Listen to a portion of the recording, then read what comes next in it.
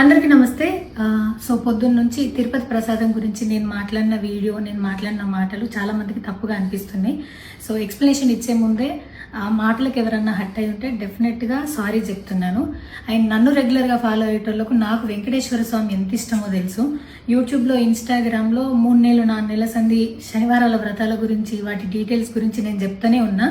అవేవి దేని గురించి ఎవరు మాట్లాడుకోలేరు. అన్ఫార్చునేట్లీ దీని గురించి మాట్లాడినరు. ఏదైనా సరే తప్పు జరిగింది నా సైడ్ నుంచి. నా మాటలు తప్పుగా ఉన్నాయి తప్పితే నా ఇంటెన్షన్ అది కాదు.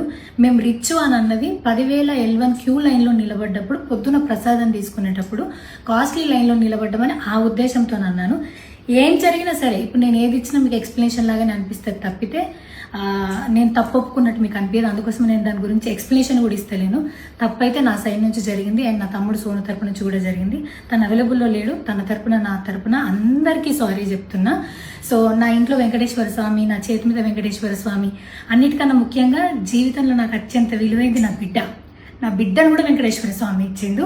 నేను ఆయన గురించి తప్పుగా ఎట్లా మాట్లాడతా?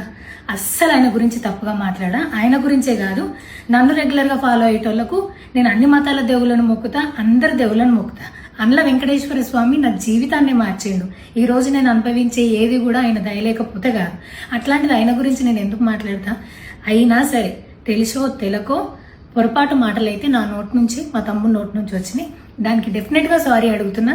ఇదేదో యూట్యూబ్ ఛానల్ ఏమంటారు వీడియోస్ పెట్టి కేసులు పెడతా అన్నందుకు కాదు, నాకు కూడా అనిపించింది అయ్యో అట్లా మాట్లాడి ఉండకూడదని, అందుకోసం పెడుతున్నాను తప్పితే ఇంకొక ఉద్దేశం అయితే ఏమీ లేదు. నేను మళ్ళొకసారి టీటీడీ మెంబర్స్కి అండ్ నా మాటల వల్ల హట్ అయిన ప్రతి ఒక్కరికి నేను నా తరపు నుంచి సారీ చెప్తున్నా. అండ్ ఇంకోసారి మళ్ళీ ఎప్పుడు రిపీట్ చేయను. సో నా సారీని యాక్సెప్ట్ చేయండి. నన్ను రెగ్యులర్గా ఫాలో అయ్యేటోళ్లకు నాకు వెంకటేశ్వర స్వామి అంటే ఎంత ఇష్టమో తెలుసు కాబట్టి వాళ్ళందరూ నన్ను నమ్ముతున్నారని కోరుకుంటున్నా.